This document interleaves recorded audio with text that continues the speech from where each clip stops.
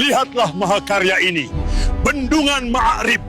Tembok raksasa menyatukan dua gunung, menahan jutaan kubik air dari langit. Kitalah yang mengendalikan alam. Kitalah Tuhan atas tanah ini. Dan orang miskin itu, utusan yang mengaku membawa pesan Tuhan itu berkata, kita akan diazab jika tidak bersyukur. Lelucon macam apa itu? Suruh Tuhan mereka hancurkan pondasi batu-batu raksasa ini. Bahkan gempa bumi pun tak akan sanggup menggoyangnya. Biarkan saja orang-orang gila itu. Selama bendungan ini berdiri tegak, kaum Sabah hidup abadi dalam kemewahan yang tak tertandingi.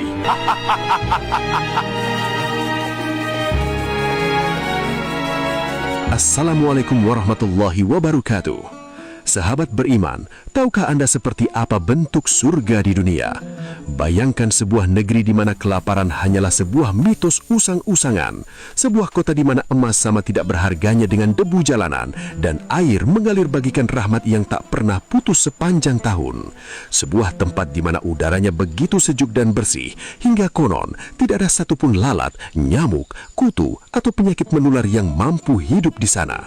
Inilah Sabah, sebuah kerajaan super elit dan paling makmur di selatan Jazirah Arab, tepatnya di wilayah Yaman saat ini.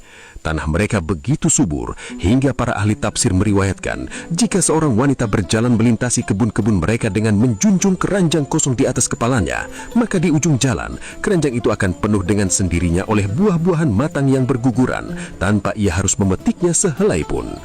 Al-Quran menyematkan gelar agung untuk negeri ini, Baldatun Thayyibatun wa Rabbun Ghafur, negeri yang baik, nyaman, dan Tuhan yang maha pengampun. Namun sahabat beriman, di puncak kejayaan materialnya, kaum sahabat terjangkit penyakit kuno yang selalu menghancurkan peradaban besar, kesombongan. Mereka lupa menatap ke langit, mereka buta oleh kilauan harta dan mabuk oleh kecerdasan otak mereka sendiri. Mereka merasa aman di balik tembok beton dan batu raksasa ciptaan mereka. Lalu, Allah yang Maha Perkasa memberikan sebuah pelajaran yang menggetarkan akal sehat umat manusia. Untuk menghancurkan kesombongan teknologi dan arsitektur raksasa ini, Allah tidak mengirimkan hujan meteor dari langit. Allah tidak menyuruh malaikat Jibril untuk membalikan bumi seperti kaum Lut. Melainkan, Allah hanya mengirimkan pasukan kecil yang bahkan tak dihiraukan oleh siapapun. Tentara tak kasat mata di dalam tanah, seekor tikus buta. Bagaimana keangkuhan sebuah peradaban raksasa bisa runtuh dan kembali ke titik nol dalam satu malam yang mengerikan? Simak detik-detik kengerian banjir Arim.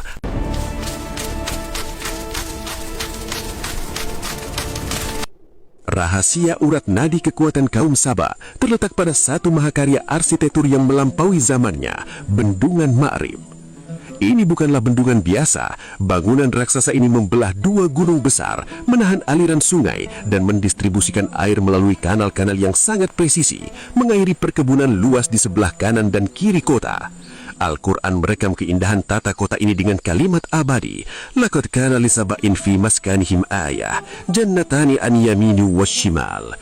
Sungguh bagi kaum Sabah ada tanda kebesaran Tuhan di tempat kediaman mereka, yaitu dua buah kebun di sebelah kanan dan di sebelah kiri. Dahulu kala, di era Ratu Bilqis yang bijaksana, kaum ini tunduk patuh kepada Allah setelah beriman melalui dakwah Nabi Sulaiman alaihissalam. Di masa itu, kekayaan dan tauhid berjalan beriringan. Namun waktu berlalu tanpa belas kasihan, generasi berganti, cicit-cicit kaum Sabah mewarisi harta karun leluhur mereka, tapi mereka kehilangan iman di dalam dada. Rasa syukur digantikan oleh kesombongan intelektual. Ketika mereka memanen hasil bumi yang melimpah, mereka menepuk dada dan berkata, Ini semua karena kejeniusan kami. Hasil keringat, rekayasa irigasi, dan kecerdasan otak kami.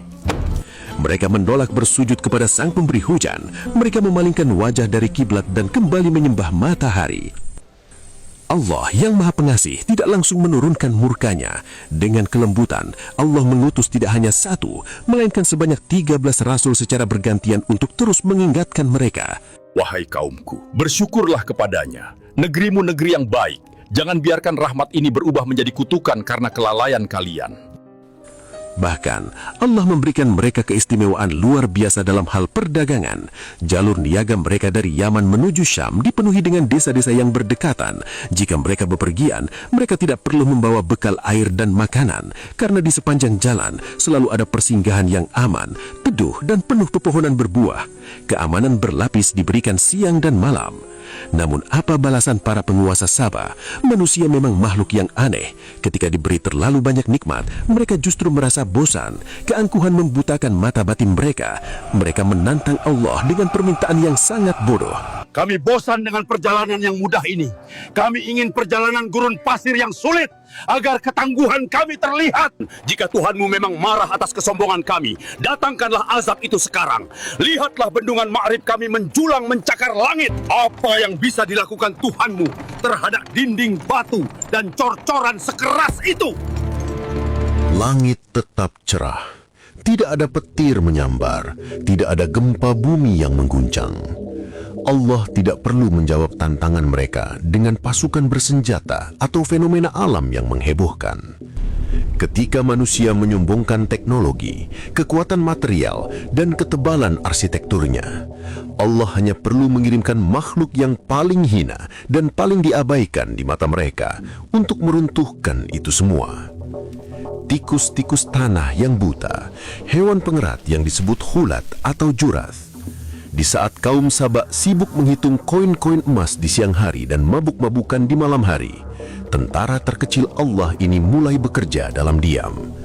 Tikus-tikus ini merayap di kegelapan malam, masuk ke celah-celah terkecil di pondasi terdalam bendungan Maghrib yang menyangga jutaan ton air.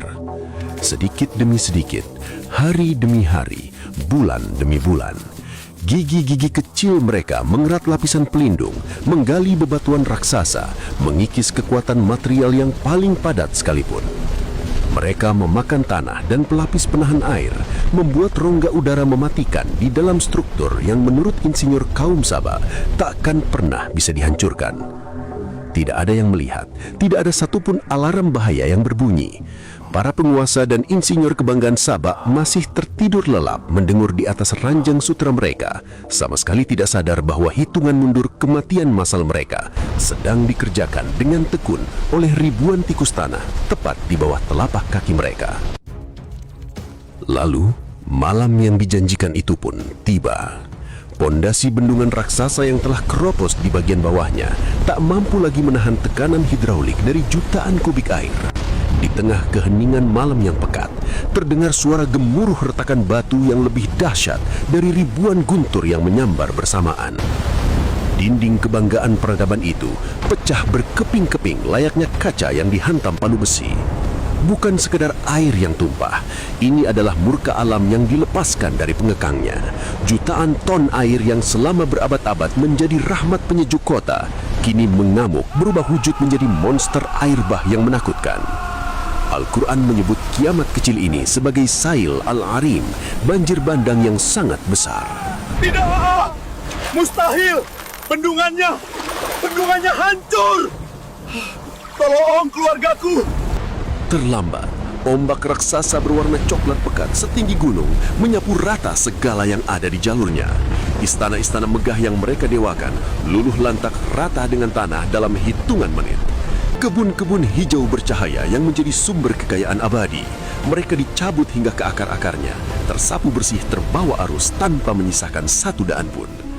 Para penguasa sombong yang sore harinya masih tertawa meremehkan utusan Tuhan, malam itu mati tenggelam dalam keadaan hina dina. Tubuh mereka tergulung lumpur pekat, terhentam batu-batu dari bendungan mereka sendiri, terkubur di dasar lembah bersama harta benda yang sangat mereka cintai. Keangguhan manusia tamat di bawah tumpukan lumpur. Keesokan paginya, matahari terbit menyinari pemandangan yang tak bisa dikenali.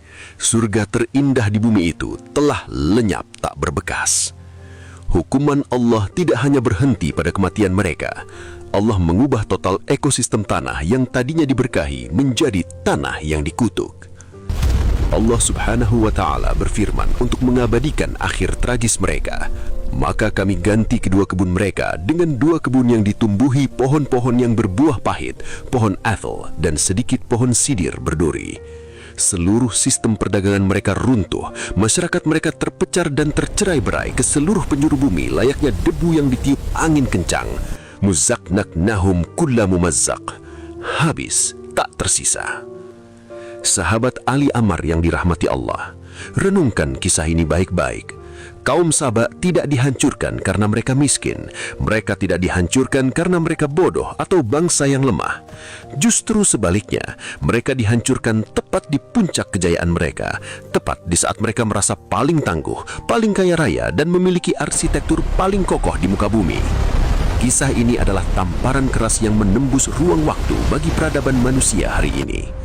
Sehebat apapun teknologi yang kita ciptakan, sekokoh apapun beton gedung yang kita bangun, dan sebanyak apapun saldo tabungan kita, jika kita kufur terhadap nikmat Allah dan memalingkan punggung dari Sang Pemberi rizki, Allah bisa merampasnya kembali hanya dalam satu tarikan nafas, dalam jalan yang sangat remeh dan melalui makhluk sekecil tikus buta. Terima kasih telah menonton. Jangan biarkan hikmah mahal ini berhenti di tangan Anda. Bagikan video ini, share ke grup keluarga dan kerabat agar menjadi ladang pahala jariah serta pengingat bagi kita semua untuk selalu bertama bumi. Klik subscribe agar tidak ketinggalan seri sejarah dan kisah para nabi selanjutnya yang penuh misteri dan pelajaran. Wassalamualaikum warahmatullahi wabarakatuh.